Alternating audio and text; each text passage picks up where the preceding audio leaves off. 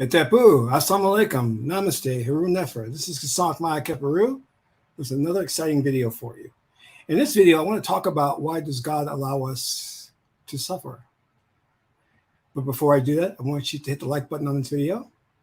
If this is your first time to my channel, welcome. Hit the subscribe button to get notifications on when I go live and when I upload recorded videos. If you'd like to know more about my spiritual teachings, you can scroll down below, click on one of the links, and download a free ebook today. If you want to take that next step, you can become a Patreon supporter for as little as $1, $5, or $20 per month, and you will get exclusive access to instructional videos on the esoteric, videos that will teach you how to summon the ancestors, call upon spirits for your protection, work with the oracles, create a medallion for your protection, and so much more. So become a Patreon supporter today. And if you're an Asera level supporter, you'll get your oracle readings for free. Last but not least, share these videos with family and friends so we can get the revolution started. So, Haru Nefer, may Buddha bless you. How are you doing? I want to talk a little bit about an important subject that Christians seem to have a problem with, and that is, why does God allow us to suffer? Why does God allow bad things in your life to happen for you to have, for example, a succession of bad luck, born into poverty, born with disabilities, things of that nature? Now, as I said before, modern Christians, especially your pimp pastor ministers, don't have an answer to this. In fact, the only answer they can give you is that God works in mysterious ways. And that's not necessarily true. I'm sure back hundreds of years ago, we didn't understand why the earth rotated around the sun. So we would just say that that was God's doing, and God works in mysterious ways. But when we started to delve into astronomy, we began to understand about the gravitational pull and the orbits of certain celestial bodies. One of the things you have to understand is that the Western religions are crippled. They're very, very ignorant of the universe. You see, in ancient Kemet, Egypt, there was no distinction or separation between science and religion. They were one and the same because there was no contradiction. But here in Western society, they have to do the old separation of church and state, separation of religion from science, because they don't have what we call as a unified field theory, a way of explaining everything and seeing how all these individual parts are part of the whole. And there is no contradiction. There's only complementary elements. And when you become a whole brain thinker, you become a genius.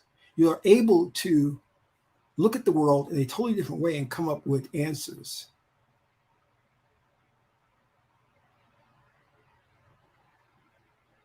Answers where the Christian community falls short on. But you see, they have a stranglehold on the world today. They have made you believe that their way, their view is the right way. So much so that many great scholars who have come along to debunk the Christian religion, debunk Jesus, debunk Moses, debunk the Bible, have been ostracized, attacked, and sometimes physically accosted by these so-called Christians.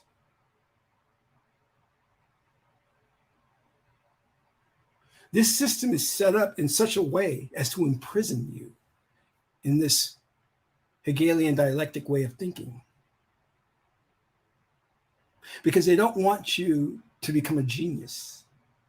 They don't want you thinking outside the box because it's necessary for the ruling elite to imprison your mind first before they imprison the planet. See, the conspiracy theorists talk about the New World Order, which has already come to pass, and the one world government, which has already come to pass. They talk so much about this, but they don't realize that there is not going to be a police state. You see, the goal of the ruling elite is to have you become a willing participant in your own enslavement, to where you do things that are diametrically opposed to your existence and you don't question it. You fight for it. You understand? And we see this every Sunday in the churches, how individuals go to church, they pray to God, and they say and do things that are very detrimental to them. This is because they're only at the Osset level on the tree of life, which is indiscriminate imitation. They just learn and regurgitate. They don't think for themselves and understand how what they are participating in is destroying them and the planet. Yes, I said that. The Christian way of thinking is destroying the planet. Christianity has caused more wars on this planet. You tell me where a war was instigated by Hinduism, by the Kemetic religion, by Buddhism. There were no wars by Buddhism. And when you look at this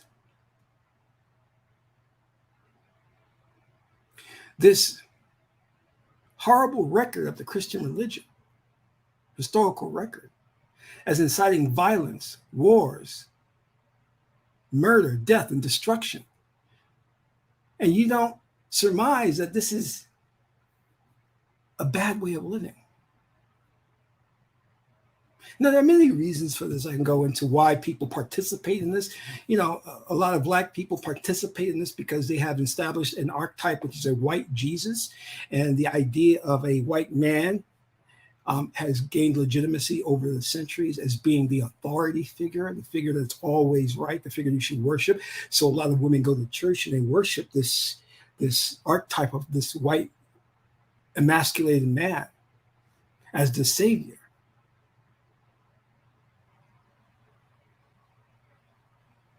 That's playing with your mind. That's destroying your mind to put in place that archetype, for you to worship that archetype. When in reality, you are God. But let me go back to what I was saying before about how the Christians can't answer this question about why does God allow us to suffer? You see, when I had my first surgery, the doctor kept telling me, because he wanted to get the point across, that this is a major surgery. And I didn't understand what that means. I'm just thinking, okay, we're going to go open me up and do some things. He goes, no, this is a major surgery. There's going to be recovery time, physical therapy, and things of that nature. There's going to be a lot of pain. Well, I was like, okay, no problem. But the day after the surgery, I was in the hospital bed, and this wave of pain hit me. And I was like, okay, this is no joke. And no matter how much I tried to close my mouth and shut up, I was moaning and groaning because the pain was just intolerable.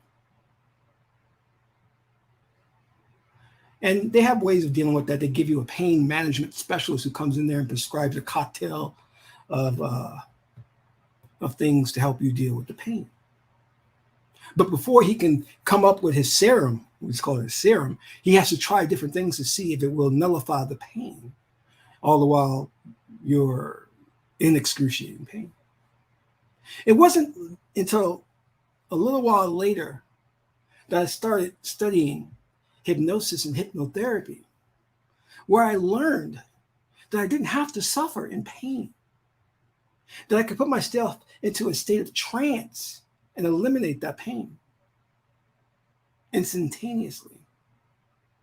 And when I learned about that, it dawned on me that God doesn't want us to suffer. Neter doesn't want us to suffer because Neter has endowed us with the abilities that she has. We are gods. And because we have been stripped of the knowledge of self, we don't know about hypnotherapy. We don't know how to go into trance and eliminate pain and suffering. Thus, because that has been removed from our culture, we suffer. Until a sage or somebody comes along and awakens you to the fact that, why are you suffering? Do you not know you are a god? In the movie, one of my favorite movies, the original Ghostbusters, 1984. I was young, really young when I saw that film. I loved it so much. And the end was so prophetic when Gozer asked Dan Aykroyd, because Dan Aykroyd was challenging Gozer. And Gozer said to Dan Aykroyd, "Are you a god? Are you a god?" And Dan Aykroyd answered incorrectly and said, "No, I'm not a god." And Gozer zapped him with some lightning. And Winston told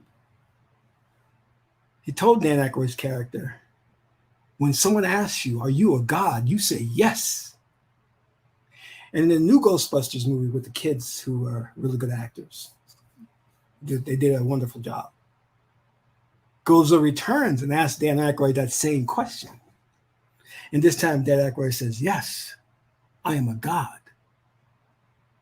And when you start from that point of the acknowledgement of who you truly are as a god, then you realize there's no need to suffer. And there's no one that can challenge you, because you have the ability to go into alternate state of consciousness and eliminate your pain, travel to alternate dimensions and alternate realities.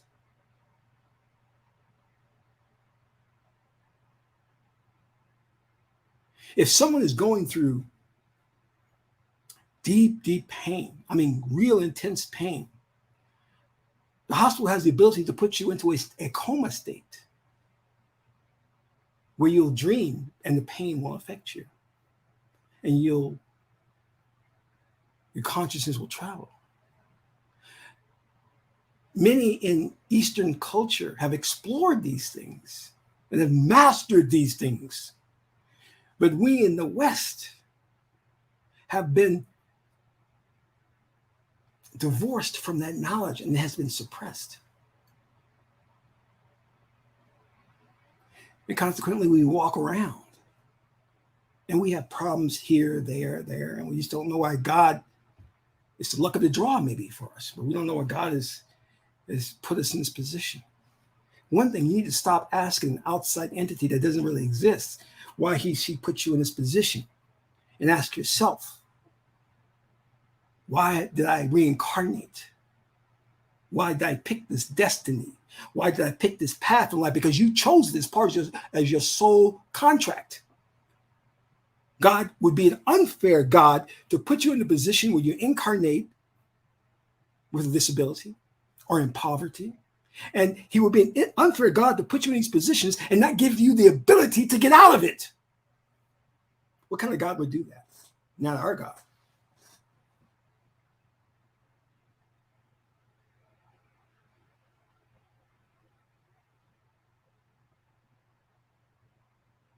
Someone told me they're having a lot of bad luck. I said, well, that's just because whether you realize it or not, you've accepted a type of programming in your subconscious mind, and you're manifesting that bad luck.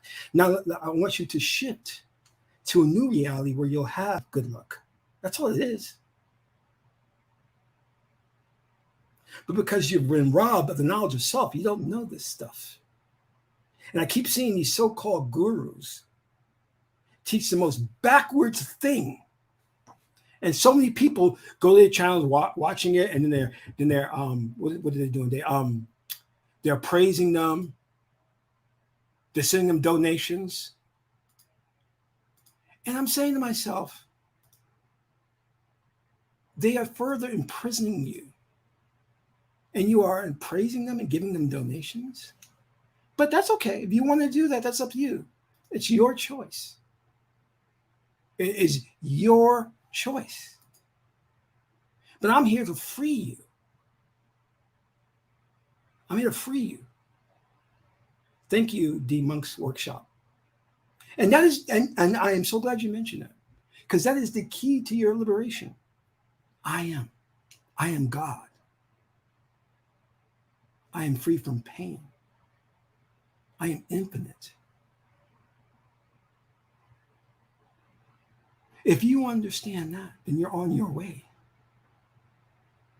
You understand? You're on your way.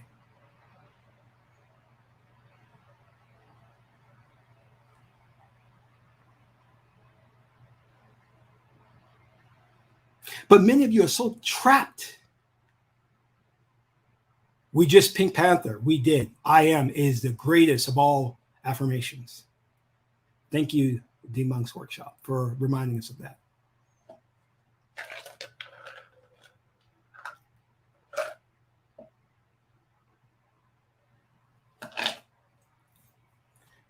I also watched the movie Dune the other day, the new version of Dune.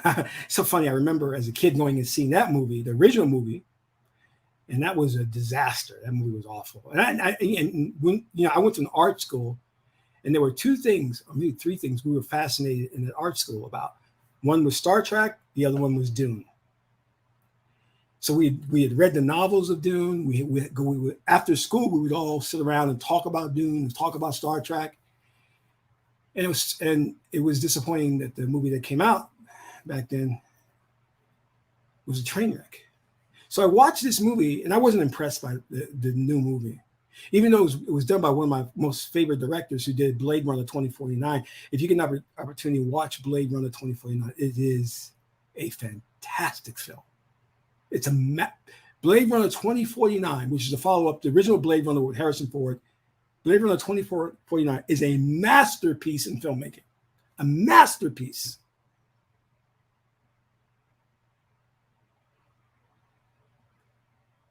So I watched the new Blade Runner. Excuse me, the new Dune.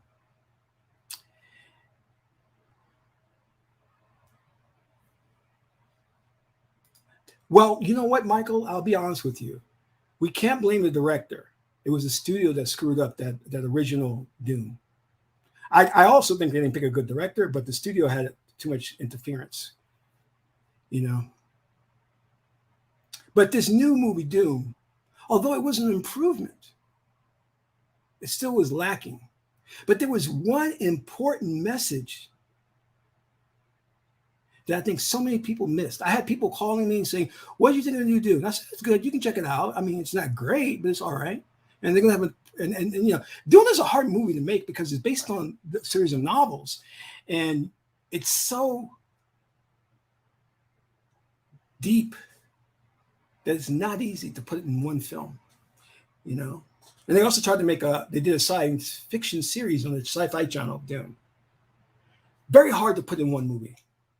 You know what I'm saying? But the one thing that you'll take away from that movie, Dune, not the novels, I'm talking about the movie itself, is the very thing that we are lacking as a people. In that movie, the House of Atreides, the different factions, the different fighting, the one thing that you will find in that movie that is the lesson that you should walk away with was that of royalty, heritage, and how you must fight. You must fight. It is the story of Horus. Tell me I'm lying. Dune is a story of Horus, Haru. His mother in the film represented Aset. How she was nurturing her son who died, who was murdered, for kingship, to take over. And she was teaching him the powers that he has in the voice. His voice commands people. By the mere way he spoke, he can control you and get people to do things. I mean, he hadn't perfected it. His mother had perfected it, but he hadn't. But you see, this is what we're missing.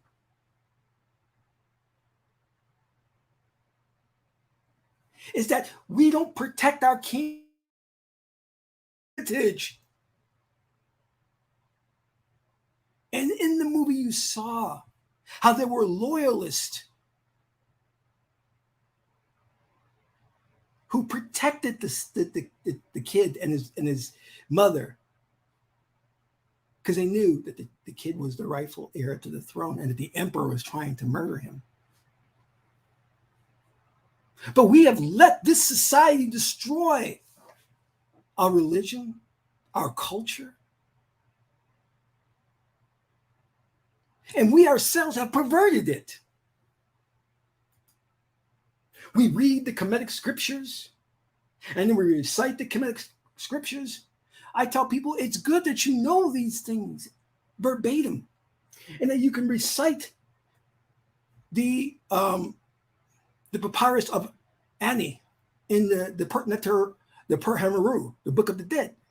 But have you done a ritual to invoke a spirit? Have you done a ritual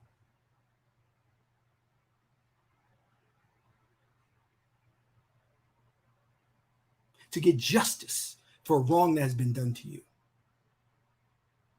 Because this judicial system is corrupt. Have you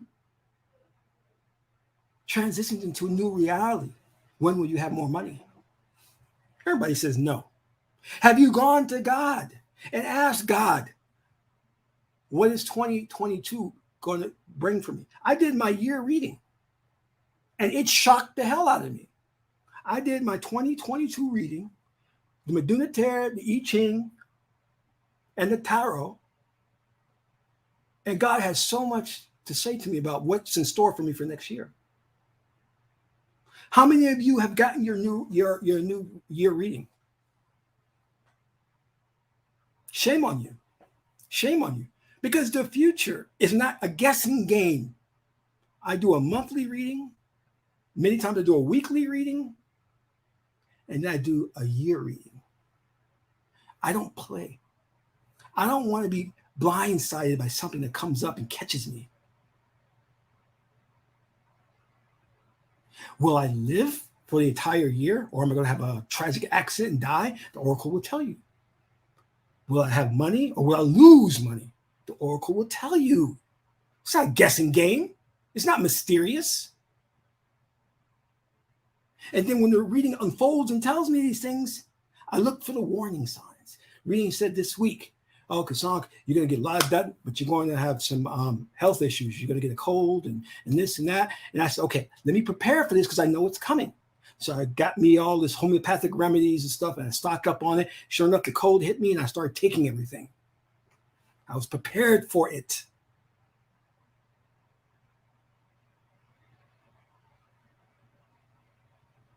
I know a brother who is so good. He is a master in tarot, that he can tell you the people you're going to meet, what they look like, and what's going to happen with the interaction, down to the minute detail. That's how good this brother is.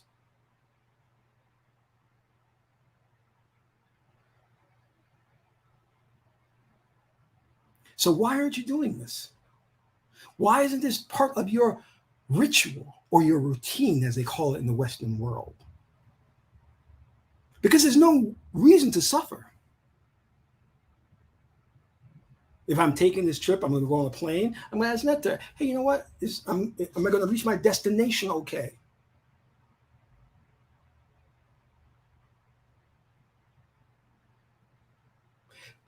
And this is yours. This is no one else's. The tarot comes out of Kemet, Egypt.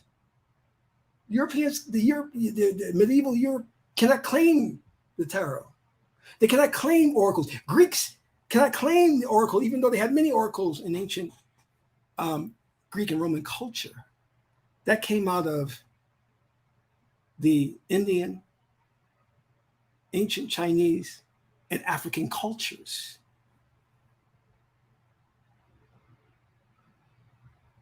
But you guys let other people take it and destroy it. You have to fight to reclaim what is yours. Europeans have done it all the time through foreign invaders. Even in Kemet, we had the Hektos come in and take over Kemet. We had a number of people come in. And we eventually, every time, cast them out.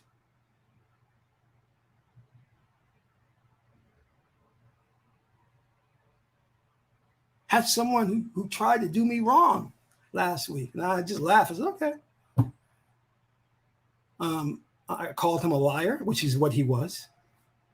I said, no, you don't know who you're messing with. So I said, I'm going to do a little ritual, and I wouldn't want to be you. Because that's how we handle things. Of course, I was going to follow it up with my lawyer. My lawyer got involved as well. But I got the spirits involved. And I went to the oracle and said, I did my ritual.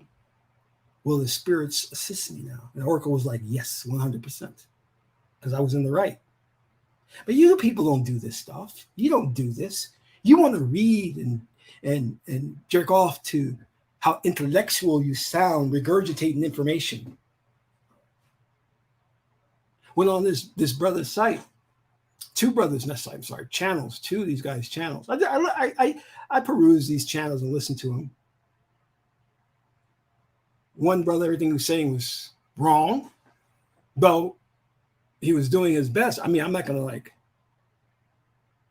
how we say, fault the brother for trying, but he was wrong in a lot of things he was saying incorrect. But he wasn't doing it out of, he wasn't being malicious about it. He was truly trying to study information and relay it to you. But it's okay. He was incorrect, but no big deal. I tried to correct him and he didn't want to hear it. I'm like, all right, I'm trying to correct you.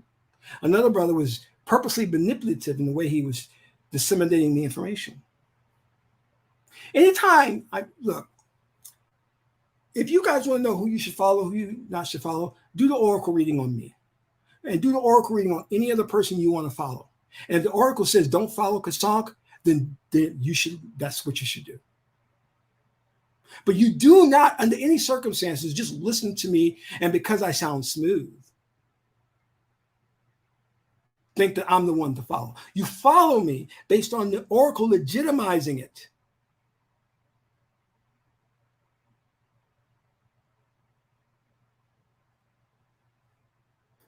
Okay, let's see what you got here, man.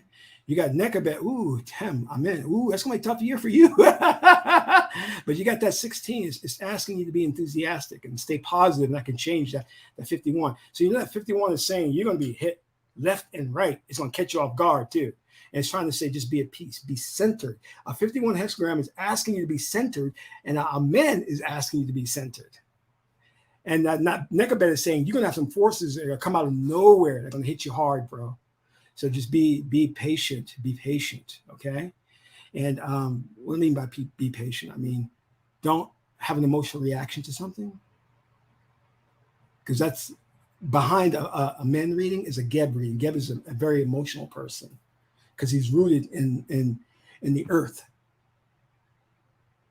born of Sahu, animal nature. You don't want to be that way. So challenges hit you. You just got to be centered. And you're training. So you've been trained by Western culture to be emotional. Now you have to purge that programming and learn not to be emotional when things happen. Because when you react to something, you're reinforcing it. And you're telling your spirit to manifest more of that. But when you are not reacting to it, you're telling reality you don't want that. The sister Ray Ann, who came on not too long ago, talked about how she deals with pendulums and ergowars and spirits. She says she don't react to them. Therefore, they have no power. But if you struggle with them, you're giving them power. Keep that in mind. And this is what it's about. It's about doing the work. Yes, I still want you to read up on the dynasties of Kemet, the new kingdom, the old kingdom, all of that stuff. It's good to know. But I really prefer you to be 60% more on the actual work, meaning you're doing the rituals, you're doing your oracle readings, you're doing your meditations, you're doing your hypnotherapy. That's going to get you to a level of godliness. That's how you develop into a god. Not by being schooled in dates and historical names. Oh, yes, I know Hatshepsut and her dynasty, Kemet flourished in art and science and this and that and that and this, yeah, but that's not what's going to save you, though. It's not going to save you.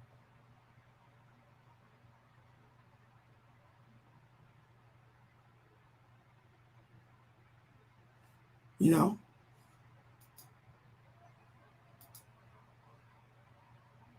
I get on myself sometimes by not doing enough rituals, not invoking enough spirits.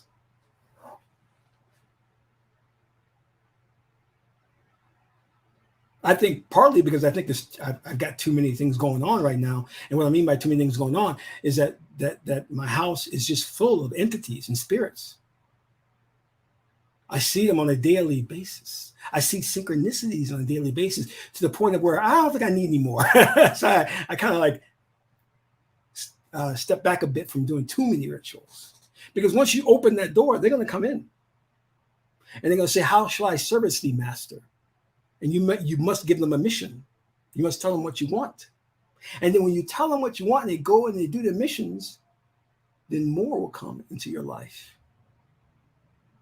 Because remember this, whether it be a spirit, a fairy, a gnome, a demon, you're at the top. They obey your commands. People get hung up on demons and stuff. I said, no, demons are supposed to be, you are supposed to be above demons. You give demons orders. You give them their orders, their marching orders, not vice versa. You've been programmed too much by society. You've been watching the movie Poltergeist too much and all these other horror movies, The Exorcist, to where you think you have no dominion over these things. No. You're God. You're God. There are demonologists, meaning there are magicians who just focus on working with demons. And the way that they're able to be so proficient in working with demons because they know the hierarchy. They know that they're at the top of the totem pole, that I am in command of these demons. You understand?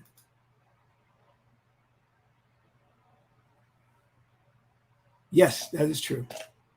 That is true. Heart and liver Qigong exercises. Yep. I love Qigong too. I think Qigong is also another way of manipulating reality because you're manipulating energies within your system, in your Kundalini. And if you know how to manipulate the energies, one of the first things my teacher, the king, taught me is that when you're doing Qigong, you can summon an energy ball and then you can send that energy ball out to do good or bad, whatever you want.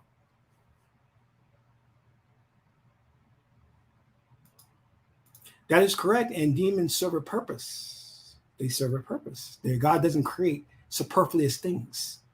Everything has a form and a function. Everything is interdependent upon the whole. You may not like a crocodile. That's because you get into his territory and he wants to eat you. But that crocodile serves a very important purpose in upholding the ecosystem.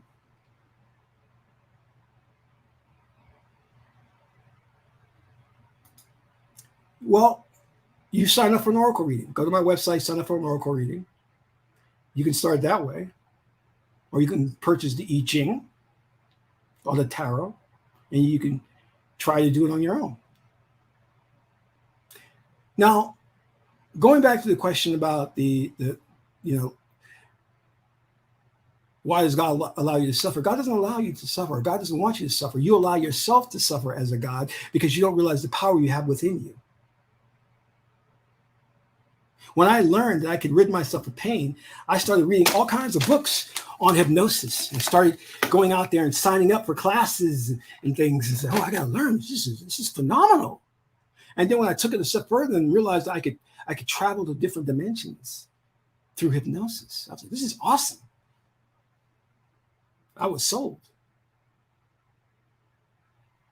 But you won't hear this talk coming from these other so-called gurus because all they want to do is just talk names, dates. And in most cases, when they talk about Kemet, they don't know what they're talking about. They get everything. I had the one brother I was watching, he kept pronouncing Hathor. He kept pronouncing her name wrong.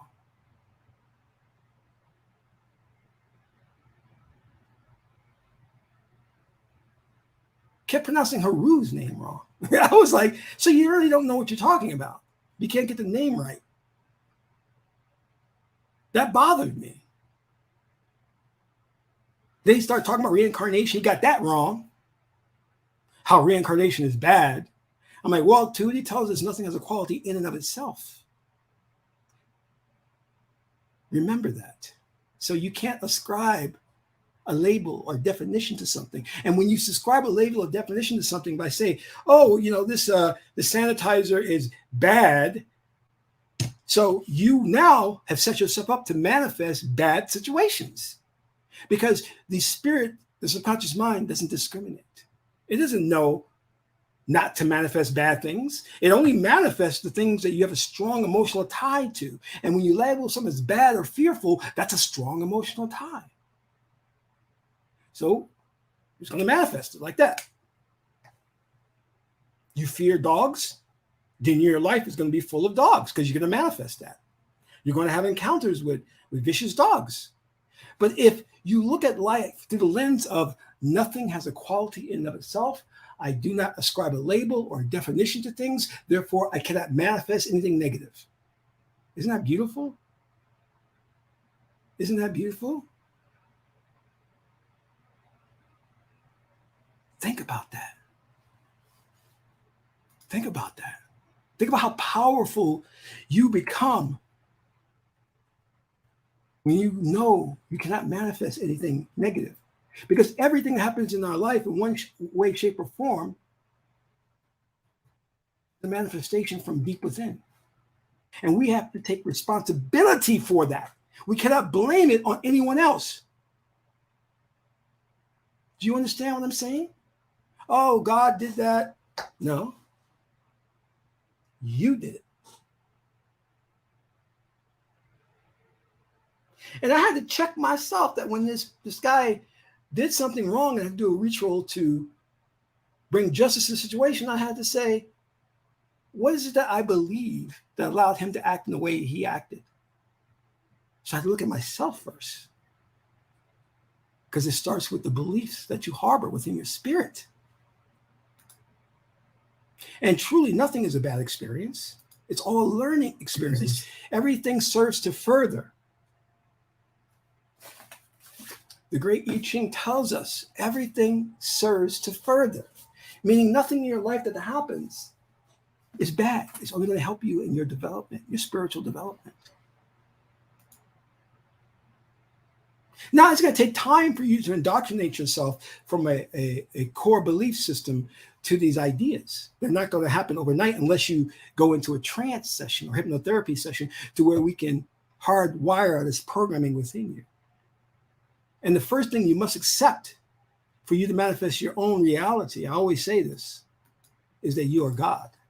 And the second thing, which is just as important, is everything is Maya. It's an illusion. It's not true. It's not real. Everything is Maya. If you believe that to the core of your being, then you know you can manipulate reality. You can change your circumstances.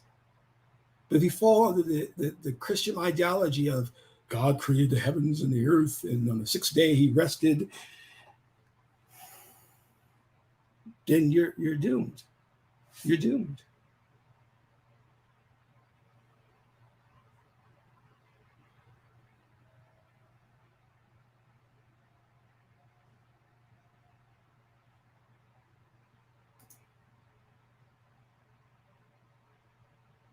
Oh, hey, cool. Oh, that's awesome.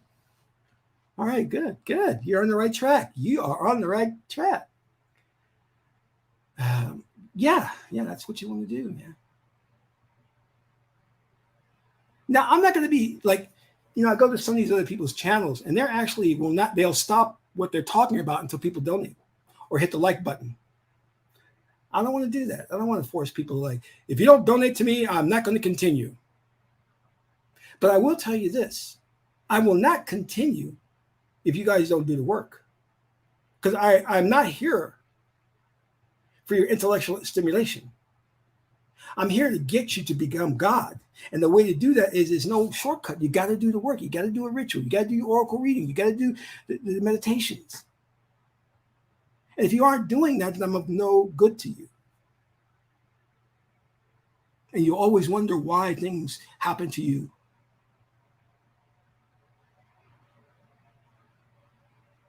And one of the reasons I learned early on is that if I don't do meditations, I had bad luck. So I would do meditations every day for at least 2 hours a day. And I would visualize how I wanted the next day to go. And my life became sweet. It became great.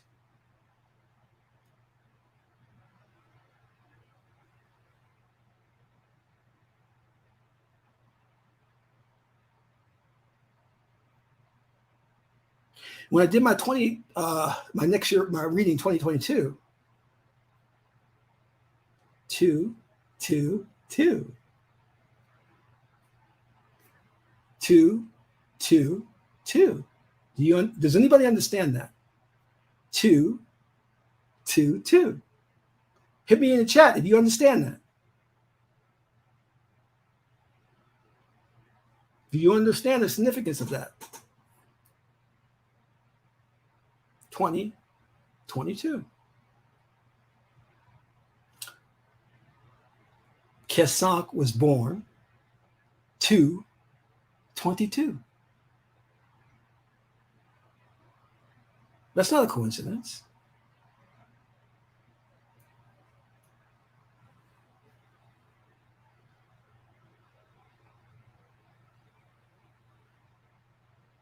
But that's my reality, because we all live in our own different hypnotic tunnel, our reality tunnel. Yeah, you got it. You got it. It's a Ma'at number. Ma'at is 2. What's my incarnation objective? What's my destiny reading? Ma'at. What's my clan? Ma'at. What's my astrological reading? Ma'at. I was born all under Ma'at, my mother. Ma'at, Ma'at, Ma'at. Meaning that she wants me to do right in this lifetime. She's saying, I have a mission for you. And next year is going to be an important mission for you as a priest. She said, forget about relationships. Forget about women. Forget about work in the sense of 9 to 5. I have a mission for you as a priest. I said, okay, let's go. I'm ready for the challenge. That's what I said. I am ready for the hey Tahuti clan. All right, man. Ma and Tahuti clan. We go together, hand in hand. All right. I don't like Sebe clan, though. Just kidding. They talk too much. That's what some of these brothers on these other channels are on, and sisters. They're too much Sebek. They talk too much, and they don't do enough. See, Ma'at is about, what is Ma'at? Ma'at is living truth, not talking truth, living truth. That's why I apply what I learned so much. I went to a witch in New York, and I gave her a list of things I need. And I hadn't realized I was going to her a lot. And she says, you come here a lot. I said, oh, I guess I do. And she said this, I never forget what she said. She says, you know what I like about you? When you discover that you have an issue, you jump right on it. You don't waste time. I said, yeah. Because once life, you see, life kicked my butt. I lost my mother, my brother, and my father. One after the other. After that, I had to go for major surgery. Doctor told me, your days in the martial arts are over, essentially. I was like, oh, man. And at the time, I was heavily into a new martial art I was taking. And he said, well, and I paid down a year's worth for the class. I already paid a year in advance. He says, oh, don't go back. You're not in the condition to go back. He says, oh, yeah, if you enter your hypnotherapy thing, you can put yourself in trance and get rid of the pain, but you will injure your body more. When you get older, you're going to have all kinds of problems. I said, okay, you know what? My calling is the priesthood. It's not to be the next Van Damme, you know, or Chuck Norris, you know. So I understood what my calling was, and I adjusted to that. And truth be told, the challenges made me come into the realization of who I am. and what I'm supposed to be doing. So I don't see it as a bad thing. You know, I just see it as, oh, listen, I have a mission to fulfill.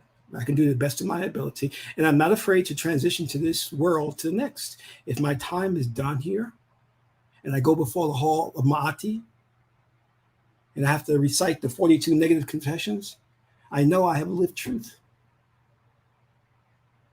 I have fulfilled my destiny, which is to teach, to become a priest and to teach what I know and to play a role in liberating the masses from this corrupt system.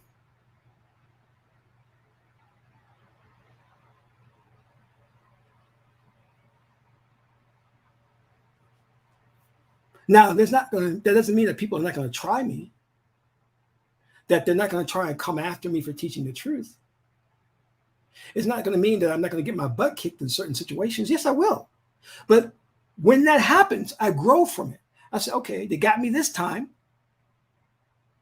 Now I need to go back and know a stronger ritual, a more powerful ritual, and then invoke Haruka Huti, warrior for justice. Well, Haruka Huti clan people are very, very confrontational. So you have to be very careful with them. You have to know how to handle them because they're very aggressive, in your face. So that Haruka Huti energy has to be tempered. I've had a lot of dealings with that.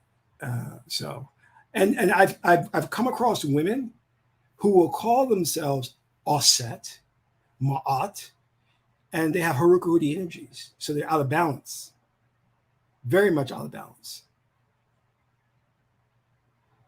Because they don't know that your name must be given to you at a naming ceremony and must be legitimized by the oracles and the ancestors. You just don't pick a name. I can't walk around and call myself Tahuti. No. My name was given to me by a Kemetic priest, a priestess, and she went to the oracles to get the name.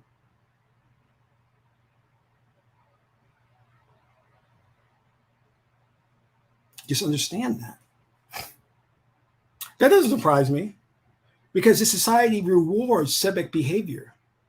It rewards being manipulative and cunning and throwing your brother or your sister under the bus. It rewards that. But you got to show them the wandering sage, the light of Ma'at, the light of truth. And you have to be patient with them.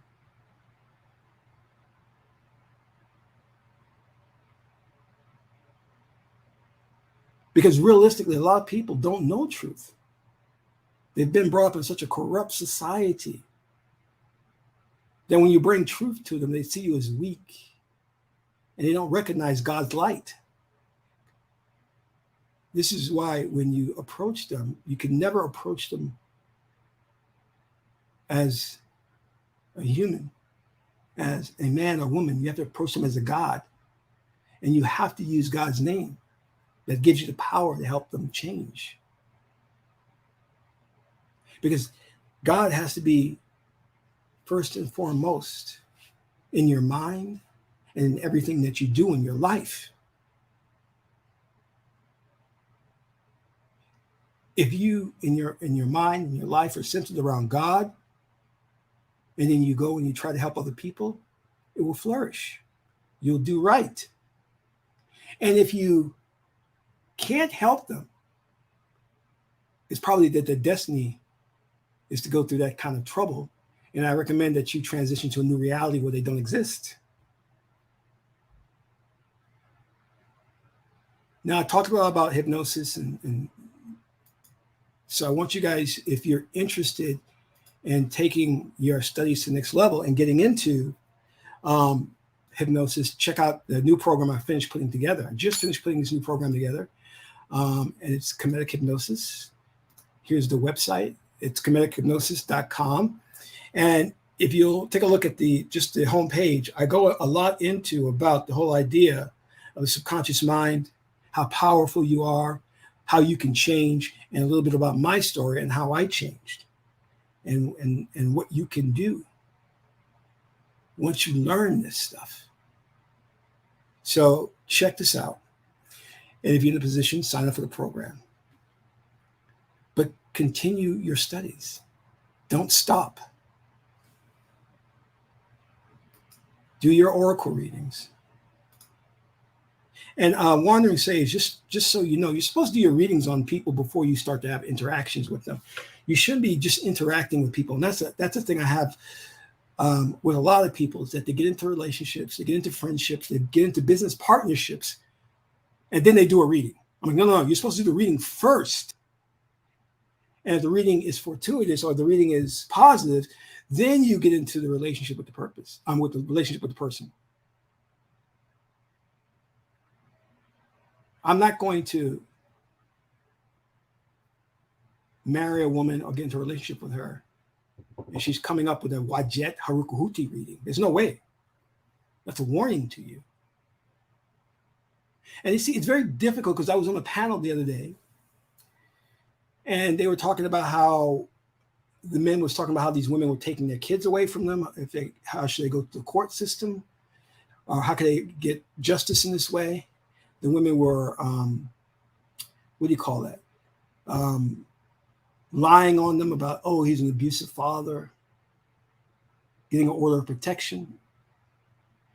So, they were asking me what they could do to protect themselves. And it was a very challenging situation for me, because what I was going to prescribe was something that was so alien to them. And I did, and they didn't get it. And I understood that. I said, you're not going to get it. You're not programmed at this point to get it. And I told them, I said, before you get into a relationship with anybody, you do an oracle reading. And if the oracle reading says don't go near them, leave them alone. You don't go hit a woman because she has a nice booty. You don't go sleep with a man because he has six-pack abs and he has swag. You do the reading first and let God tell you what that person is about. And then when you learn what they're about, and God will never, I want you to understand something. God will never ever force you to do something. God will just tell you what you're in store for. Because God gave you free will. God says, do whatever you want. I'm just letting you know what you're in store for.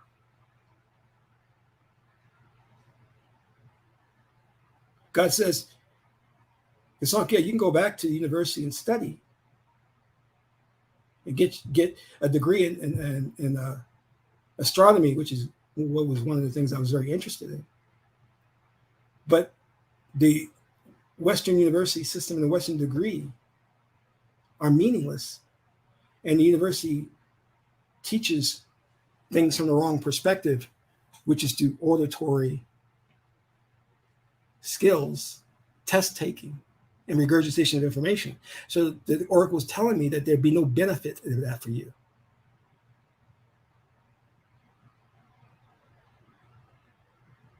It's like heating a pan of water up and making it warm and drinking it. There's nothing there for you that's nutritious and of value. The system is corrupt. So it's not. Yes. So what? You have a certificate.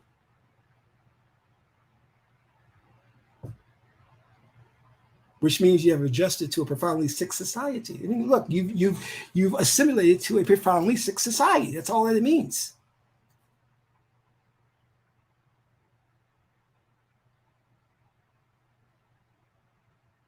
Sometimes some people are here to be revolutionaries. Tahuti is a revolutionary. He's innovative. Some of us are born to follow that path.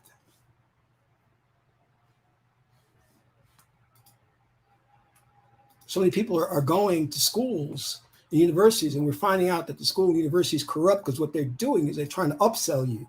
You go there, you get the degree, and they say, well, now you need your master's degree. And that'll get you, and that'll cost $40,000 more. And you get your master's degree, and now they say, well, now you need your PhD. Now it costs you $60,000 more. And you get your PhD, and now you're in like $200,000 of debt for no reason.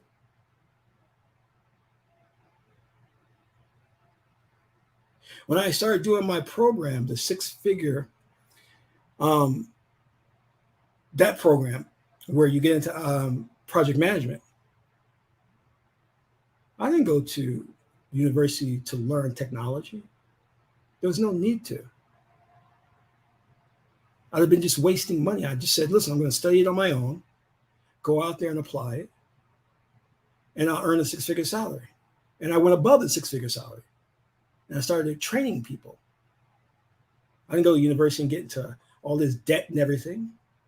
That would have been useless. And it put me in a more difficult situation. You understand?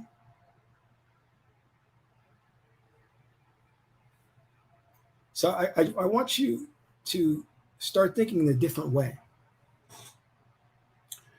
Start being a revolutionary. Start applying this information. Stop suffering your life. I want to thank you all for tuning in for today's broadcast. I'm going to watch The Monsters because that movie's going to be reboot. They're actually shooting a reboot of that movie. And The Monsters was always my favorite TV show. So I want to thank you all for tuning in today. This is Qesankh Ma'akaparu, son of Ma'at Tahudi. Ma'at is the beautiful goddess of the Ru. To my next broadcast, I'm in Ra.